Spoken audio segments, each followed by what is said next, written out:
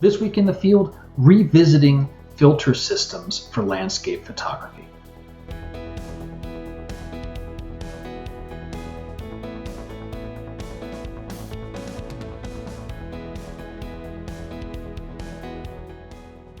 Hey everyone, I'm Scott Davenport and welcome to In the Field. Before I get into today's topic, revisiting filter systems for landscape photography, I'd like you to be an insider. I want you to join my mailing list.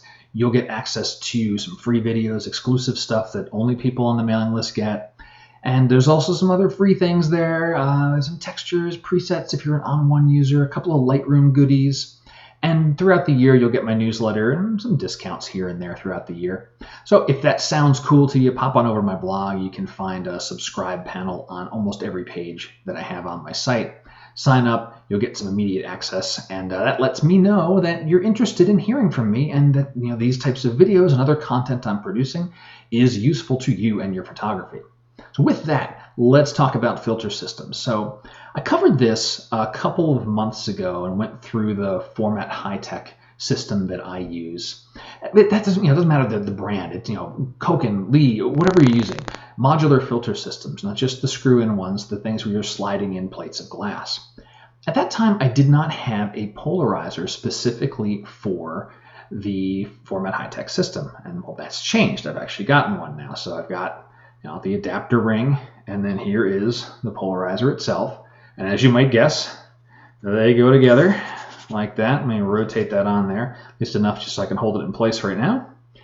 And there you have it. Now, something that's different is this is not something that slides in. You see these holes here. Those are to mount it onto the screws that are on your filter holder. So I'm going to go ahead and do that. You can see what that looks like. Be right back.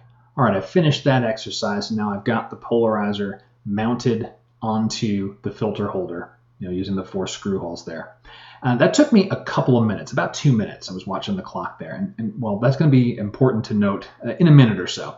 But something to pay attention to, even if I were using smaller screws, you can see those screws are sticking out really far. But take a look at where the polarizer is, and you can see that the polarizer ring itself is sticking out at least about 1/4 of an inch farther out than the little adapter holder itself. That really means I'm not going to be mounting another sliver of bracket here or putting any more glass on the outside of it. The polarizer will be the filter that is the farthest away from my lens. Now that kind of makes sense. I want to be able to easily reach and adjust the polarizer when I'm in the field so I can rotate it around and do what I need to do. But that also means, well, what do I want to do if I want longer exposures? You can kind of see I've left a space here already. So I've left one slot so I can take another filter, like an ND, and I can actually slide that in behind the polarizer. So this happens to be a 4-stop, add 1.5 to 2 stops for the polarizer. I'm coming in at around 6. So that's kind of cool, but the thing is, it leaves this big gap where, all right, I'm using a polarizer. I want the sun to be at a right angle to maximize polarization, right? I want the sun to be a right angle to my lens.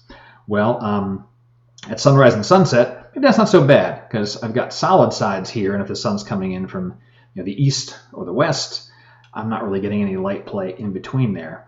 If I happen to be shooting at high noon, well, that's another right angle to my filter. I can kind of rotate this way with the holder on the front of my lens and block most of that light. So I don't expect it to be a problem, but I need to put it to a real world test. I've talked with a couple of other photographers that have filter systems like this, and I've seen where they've got a space there, sometimes even space for 2 pieces of glass. I'm not sure if I want to do that, and that was really studying what my shooting patterns are. What is, well, let me say the shooting patterns. If I'm using the polarizer, I want to get that, besides cutting down glare and so forth, I'm shooting at the ocean. I'm looking to get a 1/2 second or so drag on the shutter. But there are times where I need more than that, and there are specifically times where I wish I had 6 stops of light. So 2 from the polarizer, give or take, 4 from an ND. And after that, if I'm doing long exposures, I'm predominantly just throwing on the 10 stop, or in extreme cases, both a 10 and a 40, like 14 stops of light for some like really, really long exposures. But in those cases, it's either because the light is insanely harsh, middle of the day, or I'm doing something where it's overcast. I'm trying to get, the sky's moving. I'm just getting more of a dreamier feel to a sky or so forth. And the polarization becomes less of a factor. It's okay, usually in those lighting situations that I'm considering longer exposures. The polarizer is less of a concern for me. So coming back to that 2 minutes, why did I mention that, and why do I think that's important? I do not want to be fiddling around trying to take this polarizer on and off the front of my filter adapter. This big square thing here. There's 4 small screw holes. There's the 4 screws themselves. Even in a controlled environment, it took me about 2 minutes to take off the 4 screws, put the polarizer on, put the screws back on. There's no way I want to be doing that in the field. It's besides the fact I'm going to lose a piece. I can actually imagine a beach being littered over time with these little tiny golden screw holes and so forth. So I ended up buying a second adapter ring, and so this one's just got 2 mounts for straight pieces of glass. And it's very easy to take, this 1 screw, twist it, pop this whole assembly off, and then take something like this, twist it, put it on the front of my lens, and anchor it back down. That's something I can do in 5 seconds, maybe 10 if I've got to get something out of a bag, because I'm not have both of them in my hands or something like that. So that's it's going to take some more field testing to know for sure, am I comfortable with leaving the space, and how comfortable I am with switching things. I did a little bit of that actually last night, and it worked out pretty well, but I didn't have the space in there, and I want to do some more.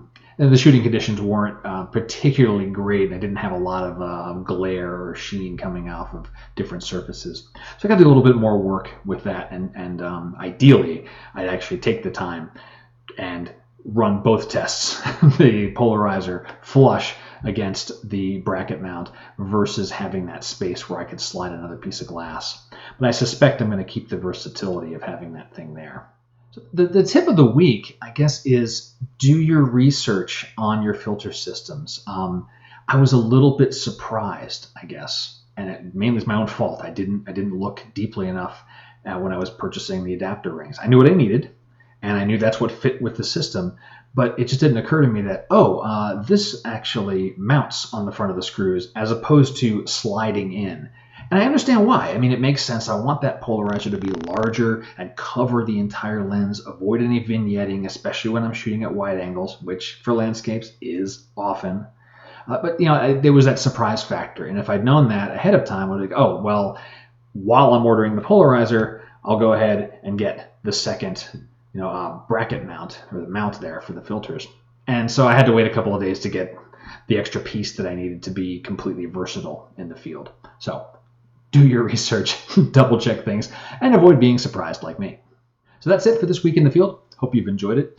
And I'd like to hear from you. If you have questions about photography, you want to share something about your filter system, what works for you, what doesn't, I'd like to hear about it. You can leave comments in the video below, contact me through my website, however you'd like to get a hold of me. It'd be great to hear from you. Well, until next time, my name is Scott Davenport, and happy shooting.